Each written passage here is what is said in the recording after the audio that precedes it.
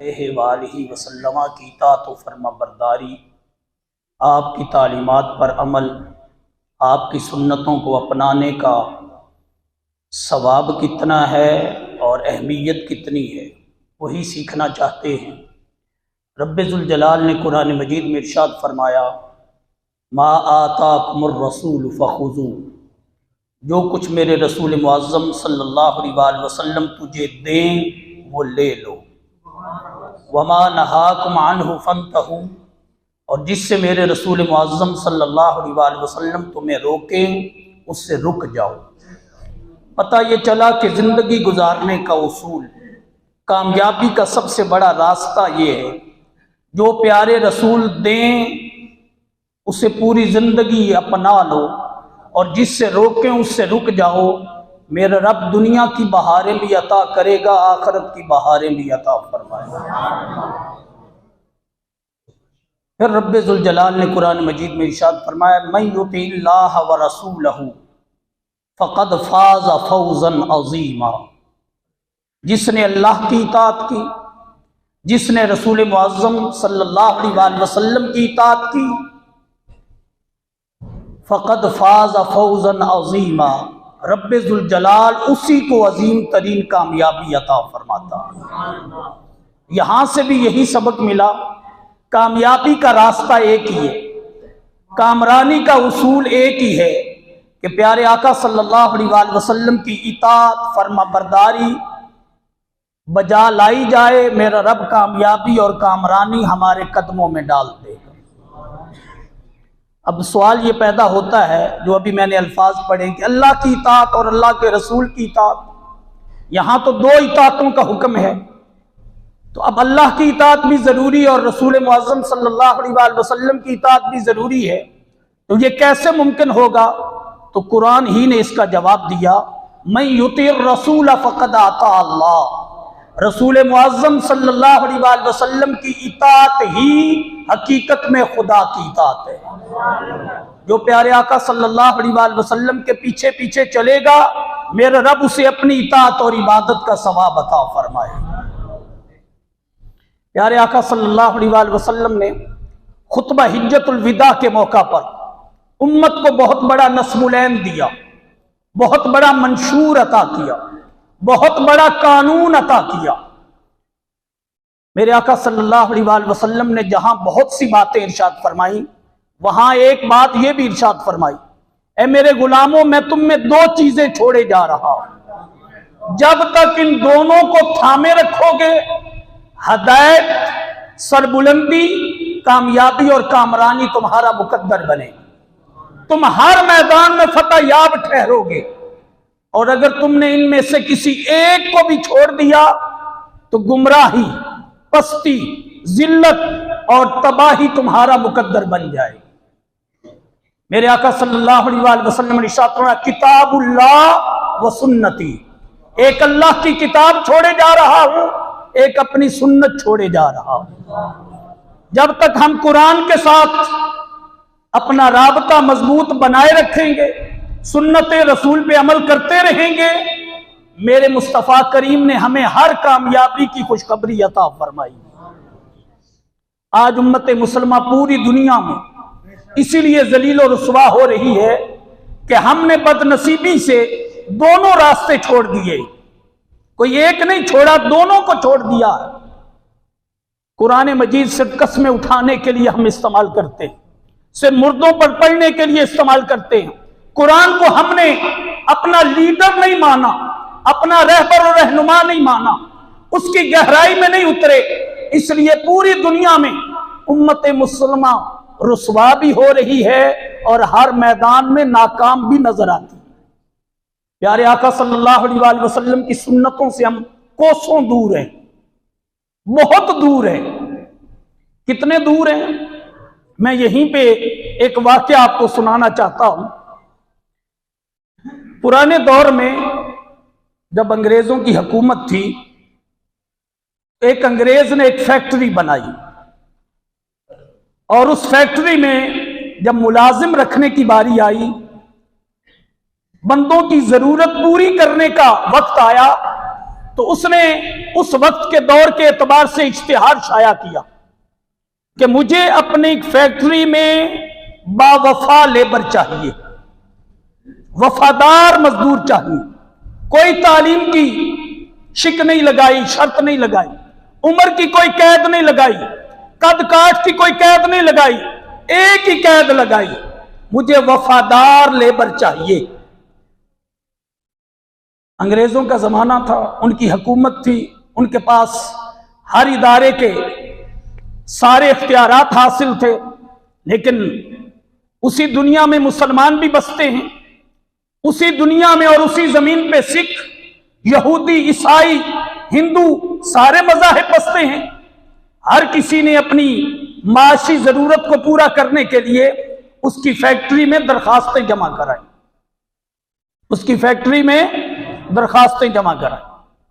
دن آ گیا جس دن انٹرویو ہونا تھا، ٹیسٹ ہونا تھا، ملاقات ہونی تھی، سارے لوگ اس دن اس وقت پہ پہنچ گئے۔ فیکٹری کا مالک انگریز مسٹر باہر آیا، اس نے سب کو لائن میں کھڑا کیا اور سب سے پوچھا تمہیں میری شرط پتہ ہے کہ کیا ہے؟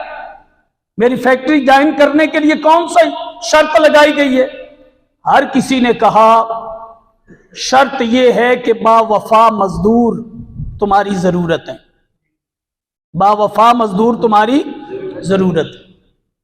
اس نے سب کے چہروں پہ نگاہ ڈالی، سب کو سر سے لے کر پاؤں تک دیکھا، چاہے وہ مسلمان تھا، وہ یہودی تھا، وہ ہندو تھا، وہ سکھ تھا، سب کو اس نے با نظر غور دیکھا۔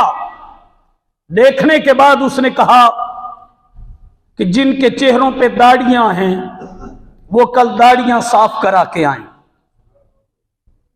جن کے چہروں پر داڑھی شریف والی سنت ہے، یہ میں الفاظ استعمال کر رہا ہوں، اس نے کہا جن کے چہروں پر داڑھی شریف ہے وہ کل داڑھی صاف کرا کے آئے اور کل سے وہ جوائننگ کر لے، کام شروع کر دے۔ اگلی صبح جو وقت اس نے دیا سارے آ گئے، وہ دیکھ کے حیران رہ گیا، وہ دیکھ کر حیران رہ گیا کہ سکھوں کی داڑیاں سلامت ہیں، سکھوں کے چہروں پر داڑیاں سلامت ہیں اور سارے مسلمانوں کے چہرے صاف ہیں۔ اس نے کہا سارے مسلمان گھر چلے جائیں اور باقی سارے لوگ کام شروع کر دیں، اس لیے کہ جو قوم اپنی نبی کی وفادار نہیں ہو سکتی وہ میری بھی وفادار نہیں ہو سکتی۔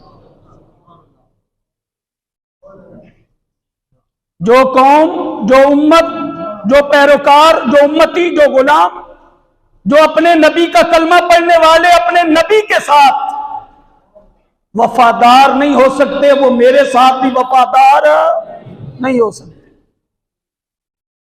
سکھ جو ہیں وہ اپنے گرو کے ساتھ وفادار ہیں، یہودی اپنے قانون اور اپنے ضابطے کے ساتھ وفادار ہیں، عیسائی ہر غیر مسلم اپنے مذہب کے ساتھ وفادار ہے۔ اگر وفادار نہیں تو امت مصطفیٰ اپنے نبی کے ساتھ وفادار ہے۔ ہم اسلام کے ساتھ وفادار نہیں، ہم نے اسلام کو معاذ اللہ گھر کی لونڈی سمجھ لیا کہ ہماری خواہشات کا نام اسلام ہونا چاہیے، ہماری مرضی کا نام اسلام ہونا چاہیے، اس لیے پوری دنیا میں ہم ذلیل و رسوا ہو رہے ہیں۔ یہ جملہ یاد رکھیے گا، انگریز کا ایک جملہ ہمارے من کو جگانے کے لیے، اور اگر آگے پہنچائیں گے تو کئیوں کا اندر شاید جاگ جائے۔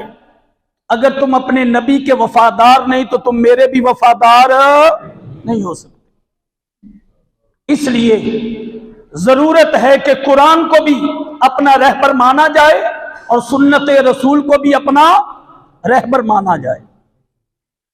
حضرت عبداللہ ابن عمر رضی اللہ تعالیٰ عنہما، میں نے پچھلے جمعہ صحابہ کی سنت کے ساتھ وفاداری عرض کی تھی، آج بھی صحابہ اور اپنے بزرگوں کی چند باتیں آپ کو سنانا چاہتا ہوں، شاید کہ اتر جائے کسی کے دل میں میری بات۔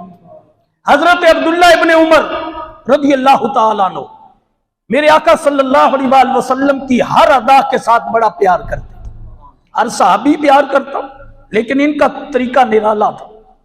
آپ جب بھی مدینہ شریف سے مکہ شریف سفر کرتے